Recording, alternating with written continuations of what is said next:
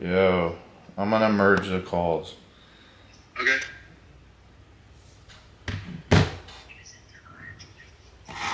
Hello? Yeah. Hey, this is Scott, my partner. Hey, Herbert, how's it going? Can you hear me? Yeah. Awesome. How are you today? I'm okay.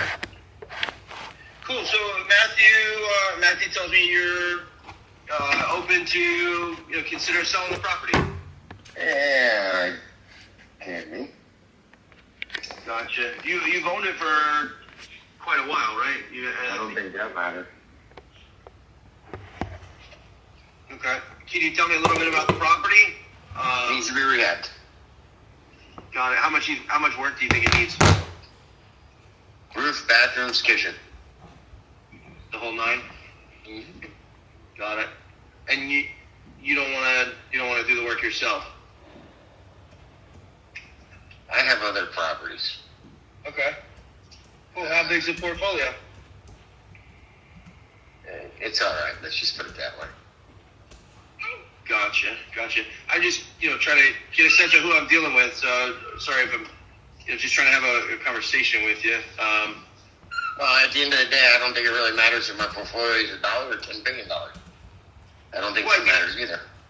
Well, it would matter if you're interested in selling multiple properties. Absolutely not. Okay, so you're only interested in letting go of the one property. Yep. Cool. Okay. And what's your asking price for it? $450. $450. Okay. And you're open to terms? Yeah, possibly. I'm not going to go 15, 30. What do you think what would be your best case scenario? You feel comfortable with it? You get the right price? It's like I said to him yesterday. What are you interested in doing? Is this a buy and a flip? And if this is a buy and a flip, then maybe you want an interest only. If it's not a buy and a flip, and you're looking at holding it long term, then you talk about the whole thing. Yeah, so we have multiple exit strategies. We do short-term rentals, mid-term rentals. We do buy and hold. We do fix and flips. Sometimes we wholesale the property. Then let me ask you this: what if you're deep enough in this, and this is what I asked him yesterday, and you're doing this? Why do you got to work with my money? Well, because if I work with your money, I don't have to go to the bank, tie up my credit, or use my money. Well, when I go out and buy something, I pay cash for it, but that's me. But if you could use somebody else's money and keep your cash in your pocket, I'm sure that would be more attractive to you, right? So that's why we asked the question, and some people are open to it, and they're comfortable with it. Others are not, and that's fine. 10-12%. I don't like using other people's money. I like using my own money for 10-12%. Yeah. Again, if for me, the rate isn't that important. Honestly, the sell price isn't that important. It's, can I make a return? So if I got to pay you 10-12%, but I can make 22-25%, I'm happy with the cash on cash return, right? We take more of a pigs get fat, hogs get slaughtered approach. So as long as my cash flow is higher than the cost of money, I'm not going to nitpick. And profit's not a dirty word, right? Everybody deserves to make a living. And again, the deal just has to make sense for us as well. So that's why I'm curious what would make you feel the most comfortable? What type of rate? What type of term? Because again, there are ways where we can bring in outside investors that partner with us on a deal, and you might not have to carry the note on the entire $450. Right? I might be able to bring 70%. Yeah, that's what I said to him. I said, listen, with a good lump sum down, then I would maybe hold it. If it's not feasible for me to hold, then it's not. Right. So what's good mean to you? Is it a 10%, 20, 50?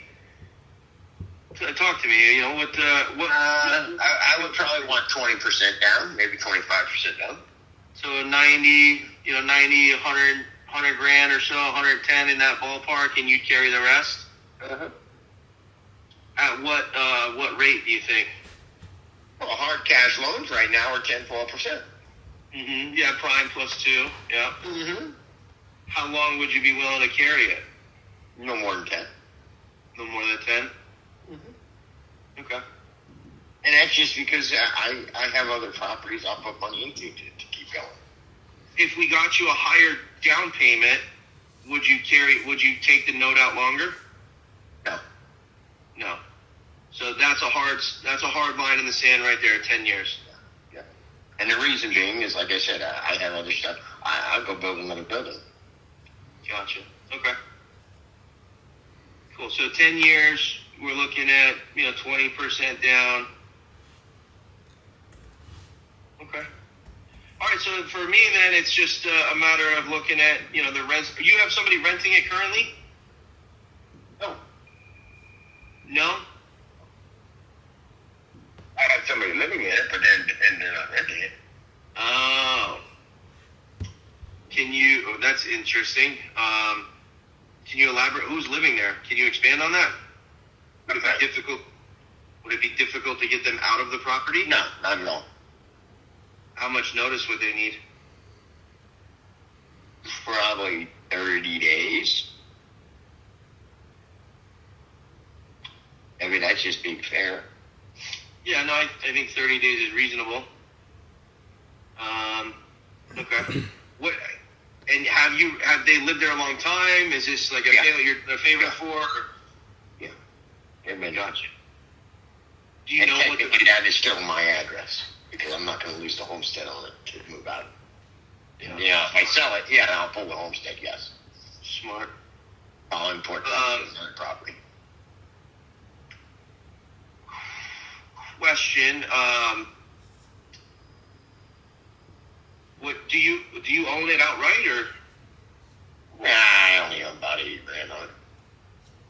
You only have about $80,000 equity? Is that what No, I only owe about 80. Oh, gotcha. Okay, so you probably have a fantastic mortgage on that thing. $1,000. 0.75%. 0.75%? Mm-hmm. That's your rate? 0.75%? Oh, jeez. Why are you selling it? I would never fucking sell that thing. You're never going to see that kind of rate again. Let's just put it this way. The house I'm living in, my property taxes are 20 G's a year. Mm-hmm. So why am I going to go live in another property when I have much nicer property? Yeah, no, I mean, I get that. Yeah, I wouldn't if you're living in. And besides that, I'm only here until May 16th, and I'm gone May 16th until November 1st. Oh, you live out. You're not year round in Florida. No. Cool. Good for you. Have you ever heard of Subject 2? No. So Subject 2 is it's kind of a creative way to take over property. It's it's nothing new, but it's not something that your average real estate agent is talking about. It's acquiring a home subject to the existing mortgage remaining in place. Mm-hmm. And again, it's not a strategy that's for every seller. So if you're not interested in this, you can just say that. But I'll explain why it's interesting for me.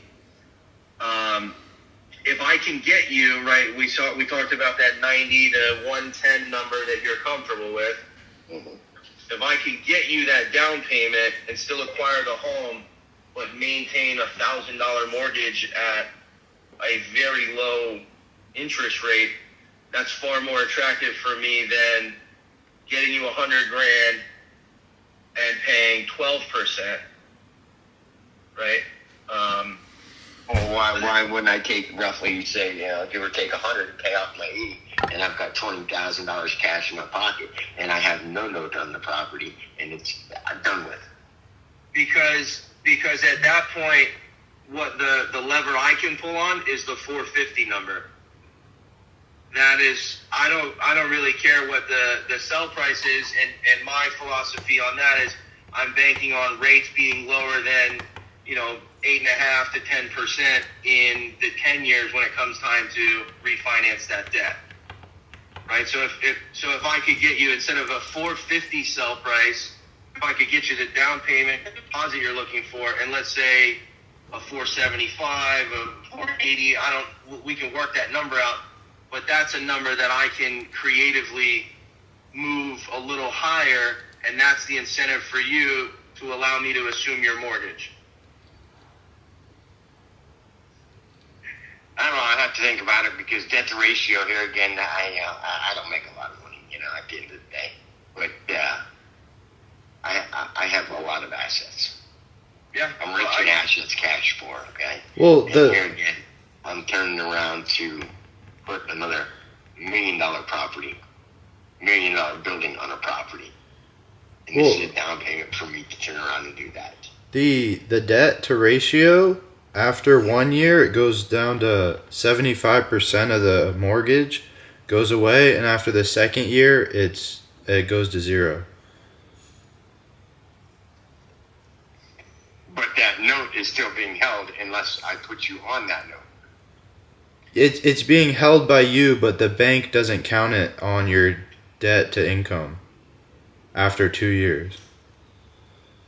So more or less, I would have to hold it a term of 2 years at least to squash the debt to ratio to turn around and put another $1 million building up. Not necessarily. I just wanted to plant the seed and let you think on it. There are ways where we can remove that DTI from your personal credit, so that you're not over leveraged and encumbered and held back from other projects like you're talking about. I just wanted to again plant the seed there. So if you want to go all the way down that rabbit hole, I can get my attorney to draw up some paperwork and go through the details. We'll send it over to you. Probably have your attorney look over it. I was just number one, what I want to do is turn around and talk to my accountant probably Monday, maybe Tuesday, because tax season just got over before I could make a decision or something like that. Mm-hmm. Yeah, of course. Yeah, I'm sure you got a whole team of people that that'll help advise you on the best decision. But I just wanted to throw it out there because again, for me that is my favorite way to acquire property because hell, it'll be a long time before we see a sub 3% rate again. But if I can get you what you want, allow you to again move out of this asset into another project with the right amount of money in your pocket, and then I get what I want out of it. Everybody wins. And again, like I said, profit's not a dirty word. We're all making money, and we have a nice little transaction together. So, let's do this. If we were to do that, what would be attractive on the sell price for you? How much more above and beyond the 450 would you need to feel comfortable with, letting go of a 10-12% interest rate in exchange for, us acquiring the property subject to the existing mortgage remaining? I don't know, because I'd have to do numbers on that. I'm not going to lie to you here, because if I'm still technically financing you because you're running off of my credit. And you're still using my loan, so that's worth something. Yeah, and I agree that it's worth something. That's why I'm willing to pay more than $450.